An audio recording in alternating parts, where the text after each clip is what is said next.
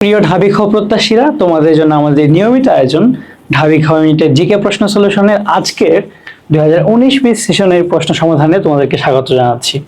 আজ আমরা দেখব 19-20 সেশনে কেমন প্রশ্ন এসেছে এবং এইগুলো লেজ ধরে ইন ফিউচার কেমন প্রশ্ন আসতে পারে।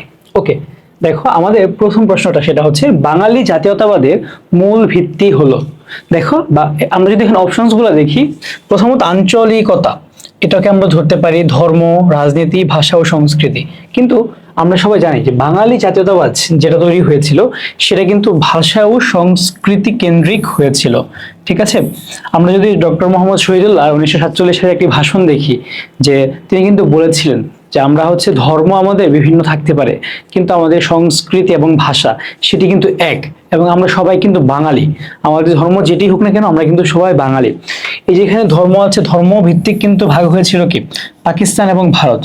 ধর্ম দিয়ে ভাগ করা হয়েছিল কি পাকিস্তান এবং ভারত। কিন্তু আমাদের কিন্তু বাংলাদেশ যে একটা বাঙালি জাতীয়তাবাদ সেটা কিন্তু ভাষা এবং সংস্কৃতি এটাকে কেন্দ্র করেই হয়েছিল। ওকে, আসলে আমরা তারপর একটু সামনের দিকে যাই। এরপর যে প্রশ্নটা আছে সেটা হচ্ছে বাংলাদেশের জাতীয় প্রতীকে নিচের কোনগুলো রয়েছে। দেখো, জাতীয় প্রতীকের প্রশ্ন আসলে তুমি তোমার মানিব্যাগটা একটু বের করবা, দেখবে কোনো কয়েন আছে কিনা। সেই কয়েনেই কিন্তু ঠিকমতো পাওয়া যায়। ঠিক আছে, আমাদের যে গোল যে কয়েনটা, সেই কয়েনটার মধ্যেই তুমি দেখতে পারবা কি কি আছে। দেখো এখানে যে কয়েন, আমাদের এখানে একটু পানি পানি টাইপ আছে, তো এখানে দেখবে একটা জাতীয় ফুল শাপলা দেওয়া।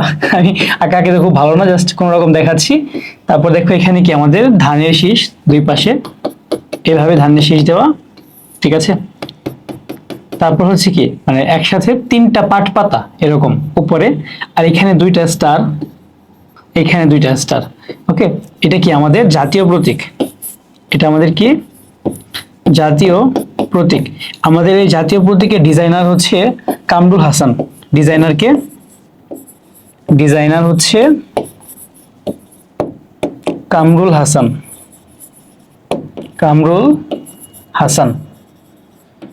উনি শুধু কিন্তু আমাদের জাতীয় প্রতীক না, উনি কিন্তু আমাদের জাতীয় পতাকারও ডিজাইনার। ঠিক আছে, জাতীয় পতাকা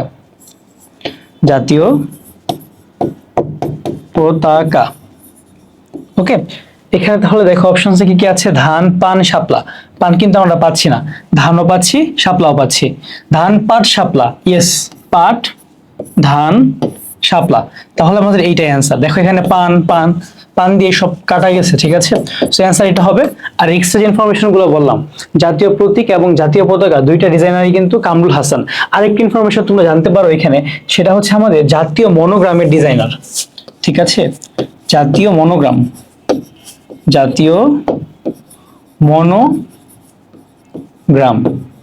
সেটা ডিজাইনার হচ্ছে এ.এন. সাহা। এটাও কিন্তু মাঝে মাঝে পরীক্ষায় আসে। ওকে, তাহলে আমরা বারবার বলি যে কথাটা, প্রশ্ন ব্যাংক সমাধান করা মানে এই না যে তুমি শুধু প্রশ্ন কি কি এসেছে সেটা দেখে চলে যাবা। এটা লেস ধরে আর কি কি আসতে পারে সেগুলো কিন্তু তোমাকে পড়তে হবে। ঠিক আছে, আসো আমরা পরবর্তী প্রশ্নে যাব। সেখানে গিয়ে দেখো বাংলাদেশের সংবিধান প্রণয়ন কমিটির একমাত্র নারী সদস্য কে ছিল। আমাদের সংবিধান প্রণয়ন কমিটির টোটাল মেম্বার ছিল কতজন? 34 জন। 34 জনের মধ্যে তোমার একজন ছিল বিরোধী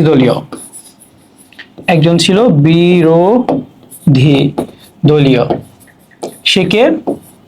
সুরঞ্জিত সেনগুপ্ত।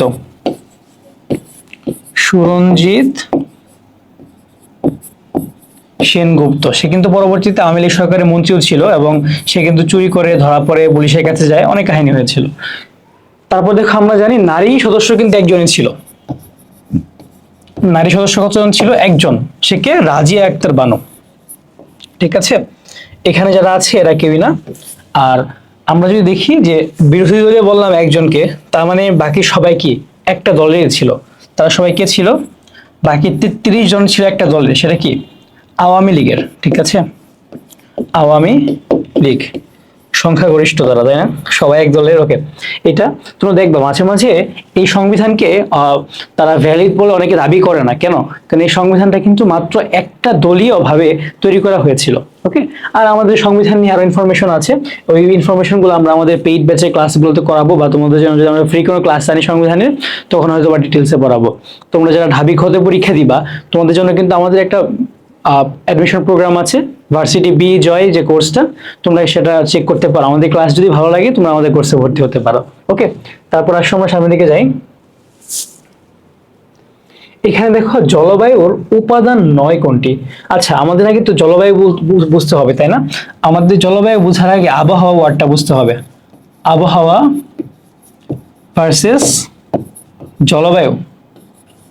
দেখো, আবহাওয়া মানে হচ্ছে কি, ধরো তোমার যে কোনো একটা দিনের নির্দিষ্ট ছোট একটা টাইম ফ্রেমের মধ্যে তোমার টেম্পারেচার কেমন, ওই দিন মেঘ কেমন করেছে, ওই দিন আর্দ্রতা কেমন, ওই দিন বায়ু কেমন, এইসব ব্যাপারগুলোকে না আমরা বলি হচ্ছে ধরো আমাদের আবহাওয়া। এটা কি শর্ট টাইমের, ঠিক আছে? আমরা যদি শর্ট টাইমের মধ্যে ধরি তাহলে সেটা কি আবহাওয়া। কিন্তু এই আবহাওয়াটারই অনেক বছরের, সাধারণত 30 থেকে 40 বছরের মধ্যে সময়কালের যে একটা টাইম ফ্রেম, এই আবহাওয়াটার যে পরিবর্তন, একটা স্লাইড পরিবর্তন, সেটাকে আমরা জলবায়ু বলি। যেমন ধরো আজ থেকে 30 বছর আগে ধরে নাও বাংলাদেশের গড় তাপমাত্রা ছিল 20 ডিগ্রি সেলসিয়াস, আজকে ধরো যেটা আমাদের 21 ডিগ্রি সেলসিয়াস হয়ে গিয়েছে, এটাকে আমরা কি বলি? জলবায়ু বলি। তাহলে এখন দেখো জলবায়ুর উপাদান 9 কোনটি? এখানে দেখো হচ্ছে কি মেঘ, সমুদ্র স্রোত, বায়ু, আর্দ্রতা। তাহলে দেখো মেঘ কি একটা জলবায়ুর উপাদান না? মেঘ করলে কি আকাশে বৃষ্টি হয় না? তারপর দেখো সমুদ্র স্রোত কি এটা কি কোনো কিছু চেঞ্জ করতে পারে আদৌ? এটা তো থাকতেছে সব সময়, তার মানে এটা হবে না, এটা আমাদের অ্যান্সার। তার মানে কি বায়ু কি একটা, বায়ু যখন বেশি হয় কেন, এটা কি একটা চেঞ্জ হয় না আমাদের আবহাওয়া জলবায়ুতে? আর্দ্রতা কখন বেশি থাকে কম থাকে, এটা কি আমাদের জন্য ম্যাটার করে? তার মানে অ্যান্সারটা হবে কি সমুদ্র স্রোত, ওকে। তারপর আসো আমরা সামনে যাই। এখানে দেখো এসডিজি এর পূর্ণরূপ কি? এসডিজি আসলে খুবই ইম্পর্টেন্ট একটা কোয়েশ্চেন, এটা নিয়ে সবসময় প্রশ্ন আসতেছে অনেকদিন ধরেই, বা রিসেন্টলি এখন আসতেছে না, কারণ আগে এতবার এসে গিয়েছে। এসডিজি আর হচ্ছে বঙ্গবন্ধু, এই দুইটা টপিক থেকে হাজার হাজার প্রশ্ন এসেছে, ঠিক আছে? এটা ফুল মিনিংটা কি? Sustainable development goals. এইটার অভিষ্ট কয়টা? টোটাল গোল কয়টা? 17 গোলস। টোটালি আমাদের আছে 17 গোলস। এটা হচ্ছে 2016 থেকে 2030 এর মধ্যে নেওয়া হয়েছে। এন্ড এটার ফোরফাদার হচ্ছে এমডিজি। ফোরফাদার মানে কি? পূর্বপুরুষ। ফোরফাদার এমডিজি থেকেই কিন্তু আলটিমেটলি এসডিজিটা এসেছে। এমডিজির গোল ছিল কয়টা? 4টা, 4 গোলস, ওকে। আর মাঝে মাঝে কিন্তু এমনও আসে যে এসডিজির 4 নাম্বারটা কি, 5 নাম্বারটা কি, নিচে কোনটা এসডিজির গোলসের মধ্যে আছে কিনা, এরকম প্রশ্ন। সো এসডিজি গোলসগুলা তুমি একটু মুখস্থ করে ট্রাই করবা, সামনে দিয়ে দিতেও পারে, ওকে। মুক্তিযুদ্ধ ভিত্তিক চলচ্চিত্র চিত্রা নদীর পারে, এটা পরিচালনা কি করেছেন? এটা পরিচালনা করেছেন তানভীর মুকাম্মেল, ঠিক আছে। মুক্তিযুদ্ধ ভিত্তিক বেশ কয়েকটা চলচ্চিত্র আছে, সেগুলো খুবই ফেমাস, যেমন তোমার 71-এর যিশু, তারপর হচ্ছে তোমার আমাদের আলমগীর কবিরের মুভি আছে এরকম, ঠিক আছে। তারপর হচ্ছে তোমার এরকম বেশ কয়েকটা মুভি তুমি পাবা। তারেক মাসুদ, ক্যাথারিন মাসুদের মুভি আছে, শহীদুল খানের মুভি আছে, নাসিরউদ্দিন ইউসুফ বাচ্চার মুভি আছে, এগুলো একটু দেখে নিতে হবে, ঠিক আছে। সো এগুলো দেখবা। তারপর আমরা একটু সামনের দিকে যাই, আসো। নীল অর্থনীতি বলতে আসলে কি বোঝায়? নীল অর্থনীতি কি মেইনলি যে টার্মটা, সেটা হচ্ছে কি blue economy. So blue economy কিসের সাথে জড়িত? এটা অবশ্যই কি সি বা ওশানের সাথে জড়িত, ঠিক আছে। সি বা ওশানের সাথে জড়িত। আমাদের সামুদ্রিক যে অর্থনীতিটা নতুন যে একটা দ্বার খোলা হয়েছে, সেটার সাথে পরিচিত। সো এখানে সমুদ্র, ঠিক আছে। মেইনলি তুমি সমুদ্র থেকে যে মাছটা আরোহণ করো, বা তুমি সমুদ্র থেকে যদি কোনো আমরা তেল গ্যাস উত্তোলন করতে পারি, সেগুলোকে আমরা কি বলি? মানে নীল অর্থনীতির সাথে জড়িত বা ব্লু ইকোনমি। বাংলাদেশের যে ক্ষুদ্র জাতিসত্তা সিলেটে বসবাস করে না, দেখো এখানে খাসিয়া, আমরা জানি খাসিয়া কিন্তু সিলেটেই বসবাস করে। খাসিয়া বলো, তারপর হচ্ছে পাত্রও কিন্তু সিলেটে থাকে। মণিপুরিও কিন্তু সিলেটের। তঞ্চঙ্গা হচ্ছে সিলেটে বসবাস করে না। তঞ্চঙ্গা নিয়ে আসলে আমাদের নলেজটা একটু কম, আমরা কোনো জায়গায় ভাবে আসলে চাকমা, মারমা, গারো, ত্রিপুরা যেরকম ভাবে শুনি, তঞ্চঙ্গা কিন্তু এভাবে শুনি না। কিন্তু তঞ্চঙ্গা কিন্তু জনসংখ্যার দিক থেকে পঞ্চম, মানে বাংলাদেশ আদিবাসীদের মধ্যে পঞ্চম, কিন্তু এটা জনসংখ্যায় তঞ্চঙ্গা হচ্ছে জনসংখ্যায় পঞ্চম। এবং এরা বসবাস করে কোথায়? পার্বত্য চট্টগ্রামে বসবাস করে এরা। ওকে, তারপর দেখো এখানে আমাদের আরো যে কয়েকটা প্রশ্ন তোমার আসতে পারে এই ধরনের, যে কে কোথায় বসবাস করে সেটা নিয়ে স্পেশালি। যেমন ধরো চাকমা, মারমা, ত্রিপুরা এরা কিন্তু কয়েকটা ডিস্ট্রিক্টে থাকে, এগুলো কিন্তু আসবে না। যারা একটা ডিস্ট্রিক্টে থাকে এই টাইপ জিনিসপত্র আসে। যেমন তোমার ধরো ওরাও, ওরাও বলো, তারপর হচ্ছে রাজবংশী বলো, এরা কিন্তু ওরাও, রাজবংশী, তারপর হচ্ছে সাঁওতাল, এরা কিন্তু সমতলে থাকে। ঠিক আছে, এরা কোথায় থাকে? এরা থাকে হচ্ছে সমতলে। সো এই প্রশ্নগুলো কিন্তু আসে যে ওরাও, রাজবংশী, সাঁওতাল এরা কোথায় থাকে? এরা কিন্তু সমতলে বসবাস করে। এর মধ্যে ওরাও একটা আসলে তোমার ধরো যে অপশনে যদি রাজশাহী, রংপুর দুইটার মধ্যে একটা থাকে, তাহলে কি তুমি ওইটা জায়গায় দিবা। বাট এইখানে যে বাকি দুইটা আছে রাজবংশী এবং সাঁওতাল, এগুলো কিন্তু তুমি রাজশাহীতে জাগাবা। ঠিক আছে, এগুলো মেইনলি তোমার রাজশাহী অঞ্চলে বিভিন্ন ছড়াছিটিয়া থাকে। তুমি অপশন ওয়াইজ দেখে বুঝে শুনে অ্যান্সার করবা। ওকে, তারপর আসো সামনের দিকে যাই। জেন্ডার বলতে বোঝায় নারী পুরুষের ড্যাশ পার্থক্য। জিনিসটা না একটু বুঝতে হবে আমাদের, আসলে একটু বুঝি আমরা জেন্ডার যে জিনিসটা। ঠিক আছে, জেন্ডার। ওকে, সো এখানে কিন্তু দুইটা ওয়ার্ড আছে, আমি তোমাকে একটু বুঝাই। একটা হচ্ছে কি সেক্স, আরেকটা কি জেন্ডার। তো দেখো আমরা কি যখন বিভিন্ন জায়গায় ভর্তি টর্তি হই বা পরীক্ষা দিই বা কোন জায়গায় ফর্ম ফিল আপ করতে হয়, আমাদের কি লিখতে হয়? যখন আমরা কোনো জায়গায় বলি যে সেক্স, তোমার সেক্স কি, সেক্স, তখন সে কি বলে? সে বলে মেল অথবা ফিমেল। কিন্তু জেন্ডার রোল যে জিনিসটা, ঠিক আছে, জেন্ডার রোল স্পেশালি সেটা কিন্তু তোমার ডিফারেন্ট জিনিস। ওকে, সেটা কিন্তু তোমার জৈবিক না। দেখো সেক্সটা কি? সেক্সটা হচ্ছে বায়োলজিক্যাল বা জৈবিক। সেক্সটা হচ্ছে কি বায়োলজিক্যাল, মানে তোমার সেক্সটা কি সেটা কিন্তু চেঞ্জ করা যাবে না। একটা মানুষের সেক্স কিন্তু চেঞ্জ করা যায় না। সে জন্মগতভাবে একটা সেক্স নিয়ে সে জন্ম লাভ করে। সে হয়তো বা মেল, সে হয়তো বা ফিমেল। ঠিক আছে, সেটা কি তার পুরুষাঙ্গ বা তার যে ফিমেল যে অর্গানটা থাকে সেটা দিয়ে কি নির্ধারণ করা হয়। কিন্তু তোমার এখানে দেখো জেন্ডার রোলটা একটু ডিফারেন্ট জিনিস। জেন্ডার রোলটা কেমন? জেন্ডার রোলটা হচ্ছে সে হচ্ছে নারীর মতো অ্যাক্ট করে নাকি পুরুষের মতো অ্যাক্ট করে, সেটা কি? যেমন ধরো তুমি জন্মগতভাবে তোমার অর্গান নিয়ে জন্মগ্রহণ করলা, তুমি সেটা দিয়ে তোমাকে ডিফারেন্সিয়েট করা হলো।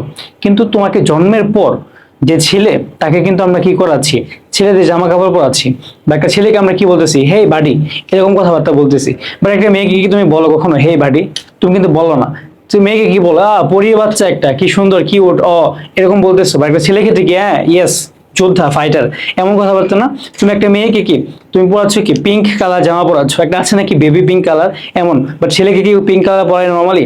ছেলেকে কি পড়ানো হচ্ছে ব্লু কালার বা এরকম ব্ল্যাক বা এরকম। ঠিক আছে, সো এইটা হচ্ছে জেন্ডার রোল। সো এই জিনিসটা কি সামাজিক, যে জিনিসটা কি তোমার একটা ছেলে মেয়েকে আমরা মেয়ে হিসেবে ট্রিট করতেছি যখন, সেটা কি তার একটা জেন্ডার বায়াসনেস যেটাকে আমরা বলি, সেটা হচ্ছে জেন্ডার রোল। সেটা হচ্ছে সামাজিক বা জৈবিক, যেটা লৈঙ্গিক, যেটা যেটা তোমার অর্গান ভিত্তিক, সেটা কি সেক্স। আর জেন্ডার রোল যেটা সেটা কি সামাজিক। তোমরা কি বুঝতে পেরেছো? ওকে, আর আমরা এখন একটু সামনের দিকে মুভ করি। 2019 সালের বিশ্বকাপ ক্রিকেটে প্লেয়ার অফ দ্য টুর্নামেন্ট কে নির্বাচিত হন? এটা হচ্ছে সম্পূর্ণ একটা কারেন্ট অ্যাফেয়ার্স কোয়েশ্চেন। ঠিক আছে, তোমার রিসেন্ট টাইমসে কোনো ক্রিকেট ফুটবল টুর্নামেন্ট হলে মেজর, সেগুলো তুমি হচ্ছে ভালো মতো পড়ে যাবা। ঠিক আছে, তাহলে তোমার কমন পড়ে যাবে। আমি যে কথা বারবার বলি, আমি এখনো বলবো, পরীক্ষা আগের দিনও বলবো, তুমি সাম্প্রতিকটা ভালো মতো পড়বা। কারেন্ট অ্যাফেয়ার্স গুলো আর তোমার হচ্ছে যে তুমি ক্যাপসুল থেকেই পড়ো, যেখান থেকেই পড়ো, ভালো মতো ক্লিয়ার করে যাবা। রাষ্ট্রের সর্বোচ্চ আইন কি? রাষ্ট্রের সর্বোচ্চ আইন হচ্ছে সাংবিধানিক আইন। ওকে, এক সাংবিধানিক আইনই হচ্ছে রাষ্ট্রের সর্বোচ্চ আইন।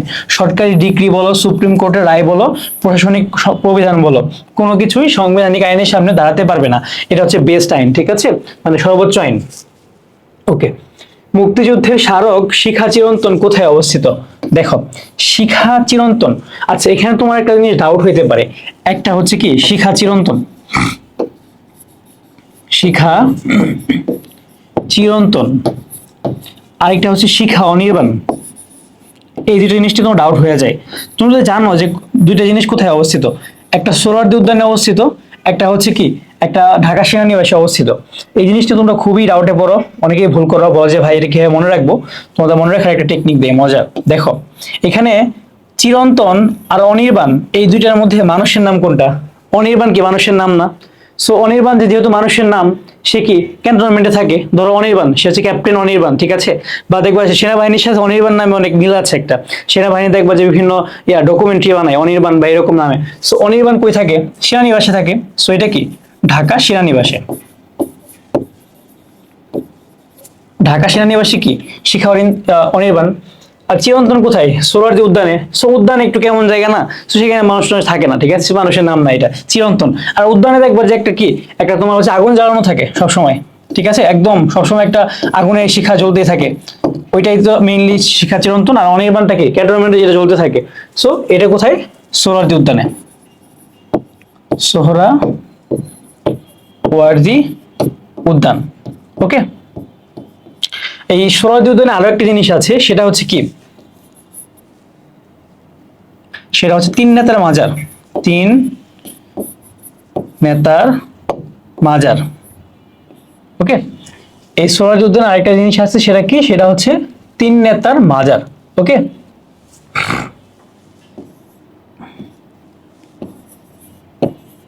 ওকে, তাহলে আমাদের প্রশ্ন কি ছিল? শিখা চিরন্তন কোথায় অবস্থিত? এখানে অপশনস এর মধ্যে এখানে মেহেরপুরটা ডাবল এসেছে, এখানে হবে কি সোহরাওয়ার্দী উদ্যান। সোহরাওয়ার্দী উদ্যান। ওকে, এইটা। তাহলে আসো আমরা সামনের দিকে একটু মুভ করি।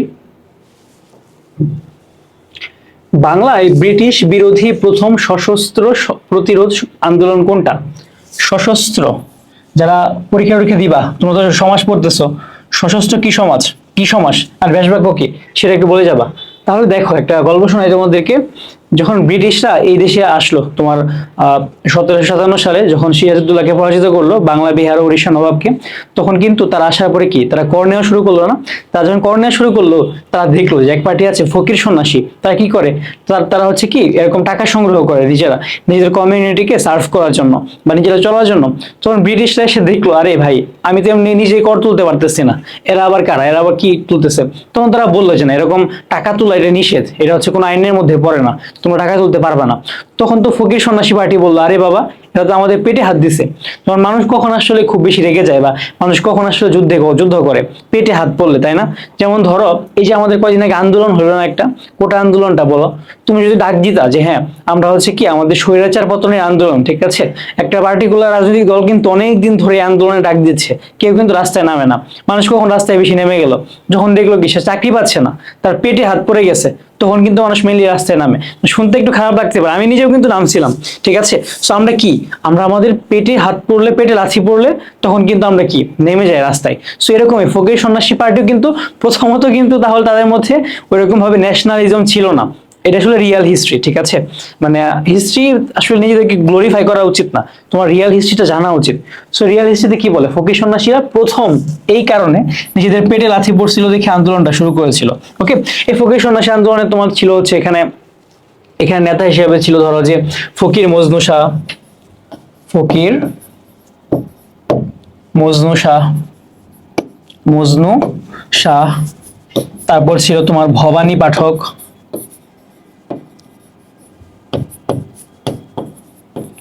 এরপর দেখো এখানে আছে কি ফরায়েজি আন্দোলন। ফরায়েজি আন্দোলনের মূল নেতা কে ছিল? হাজী শরীয়তুল্লাহ, হাজী শরীয়তুল্লাহ। আচ্ছা, এখানে একটা কাহিনী আছে, তোমার কাহিনীটা কি যে হাজী শরীয়তুল্লাহ, এটা নিয়ে আমি দেখেছি অনেক জায়গায় প্রশ্ন আসে যে হাজী শরীয়তুল্লাহ বলেছিলেন শুক্রবারে নামাজ পড়ার কোনো দরকার নেই। জিনিসটা আসলে এমন না। জিনিসটা হচ্ছে কি, তোমরা সবাই হয়তো জানো যারা মুসলিম আছে, যে শুক্রবারে নামাজে কি আমাদের খুতবা দিতে হয় না? সো খুতবাতে কি কি পড়তে হয়? তোমার শাসকের নামে তো তোমার খুতবাটা দিতে হয়, তোমার দেশে শাসক, লং লিভ আওয়ার শাসক, এরকম কথাবার্তা আছে। সো এইখানে তোমার তখন তো আমাদের শাসক কারা? ব্রিটিশরা। তারা তো কি বিধর্মী না? সো এই কারণে বলেছিল যে হ্যাঁ, এই এমন একটা অবস্থা যে শুক্রবারে নামাজটাও পড়া দরকার নেই আমাদের, আমরা খুতবা ঠিকমতো দিতে পারবো না। সো এটা আসলে আস্তে আস্তে চেঞ্জ হয়ে কিন্তু হাজী শরীয়তুল্লাহ এটা তোমার চেঞ্জ হয়ে গেছে। হ্যাঁ, এখন জিকে প্রশ্ন আসা শুরু করে যে তিনি বলেছিলেন শুক্রবারে নামাজ পড়া যাবে না। তারপর দেখো নীল বিদ্রোহ। নীল বিদ্রোহের কাহিনী কি, এটা একটু ইন শর্ট বলি তোমাকে। নীল বিদ্রোহ হয়েছিল কেন? আসলে বাংলা তো ধরো আসলে রাইস প্রডিউসিং একটা রিজিয়ন, অনেক আগে থেকে প্রচুর পরিমাণে রাইস প্রডিউস হইতো। সো এখানে প্রবলেমটা হয়েছে কি, তোমার ব্রিটিশ আসার পরে তারা তোমার ক্যাশ ক্রপস, যেগুলা ক্যাশ ক্রপস একটা টার্ম আছে বাংলায় হচ্ছে অর্থকরী ফসল, ক্যাশ ক্রপস। তো ক্যাশ ক্যাশ ক্রপসের মধ্যে কি কি আছে তোমার? নীল, তারপর ধরো যে পাট, এগুলো না খুব বাড়িয়ে দিল এগুলোর প্রোডাকশন গুলা।